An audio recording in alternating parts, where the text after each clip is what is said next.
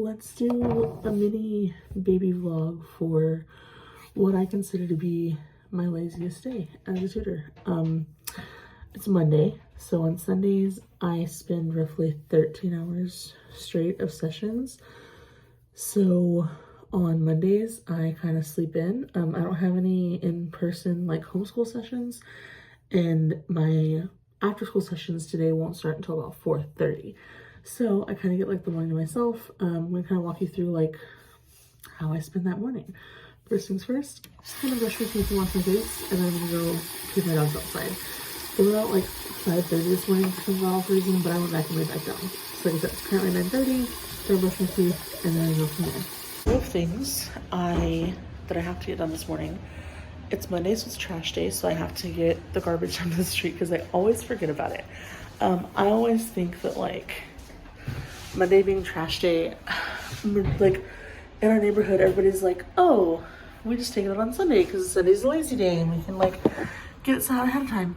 That doesn't work for me because again, Sundays are my crazy days. So I'm gonna go take the garbage down to the street, which literally is just walking it from the back side of our house to the front side of our house. No big deal. But I also need to check some homework that a student sent me yesterday, and I didn't get a chance to check it and send it back to her before I went to bed last night. And I know that her class isn't until 11, so I can check it and send it to her now before her class starts. And then I need to kind of spend some time reorganizing my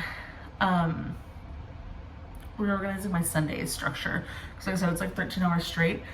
I'm gonna do something with this in a second, hold on. It's 13 hours straight of sessions, but yesterday was my first one back after the holiday break, and I felt like I was going back and forth across town a lot. So I'm gonna try to reach out to my Sunday clients and see if they can send me a list of like what times work for them, like a list of times, so I can kind of restructure it a little bit better to say like, hey, I'm gonna go here, do these 3 sessions in a row, and then over here, you know. So I'm gonna try to restructure that. So I'll send out a mass message here in a minute asking for their preferences and let them know that I will be spending time today working on it. If they don't get back to me, I'm still gonna be spending time on it, so I can get something done before I leave the house for this afternoon. So that's what I'm gonna start doing next. Quick little update, I'm also logging in my iPad right now to get those homework pages that I need to check over for my student, and I also have 500 messages that I have to reply to at some point today, but I don't want to start that now because it'll mentally get me into a loop of like working on those things instead of the other things I need to get done. So prioritize, we're going to do homework check, which is over my photos, and then we will go walk the garbage down to the street, and then sit back down and send out the messages about Sunday schedules, and then we will check these messages.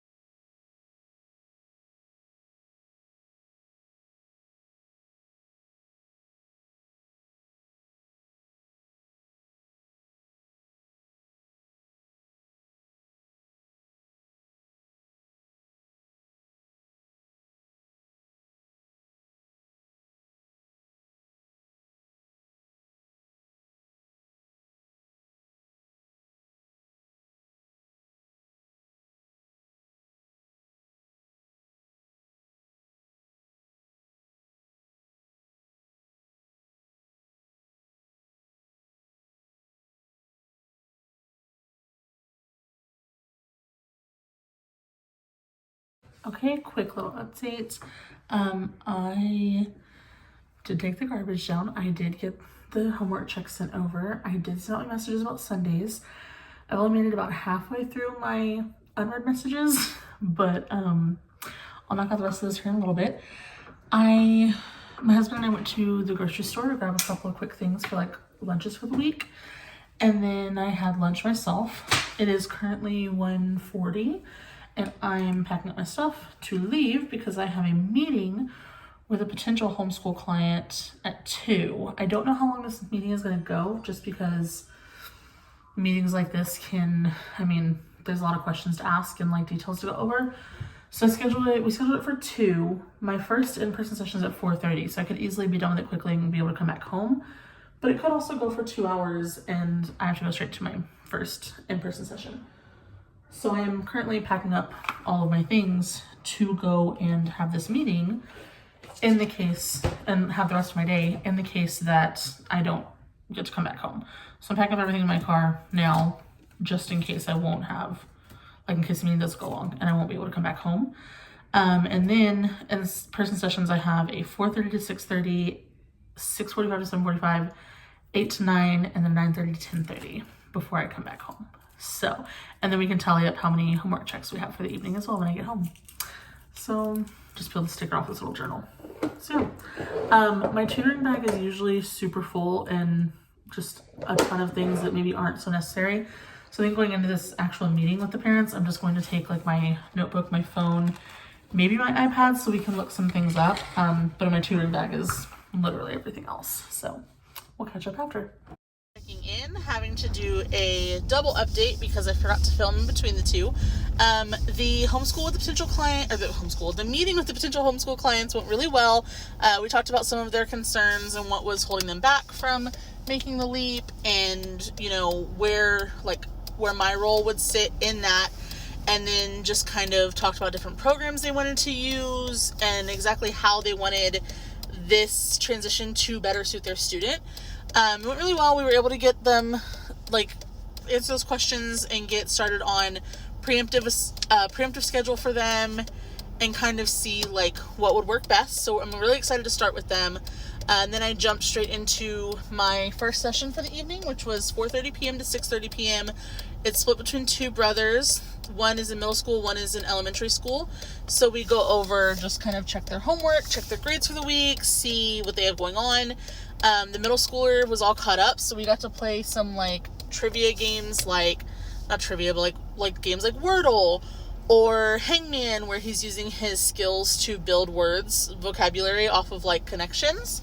And then with the elementary student, he struggles with dyslexia, so we made sure to go over his math homework and then of course start his reading for the week, as well as we actually did some stuff with clay he's been working with, because he's able to describe it to me as he's talking about a story and just little hands-on things. And then I'm headed to my next session, so I'll check in after. Okay, getting back in the car after my most recent session, which was with a 10th grader. And she first we did math homework again, checked over the homework she'd already done and answered any questions she had, made sure to do a couple examples. Fantastic. We talked about an assignment she has for English.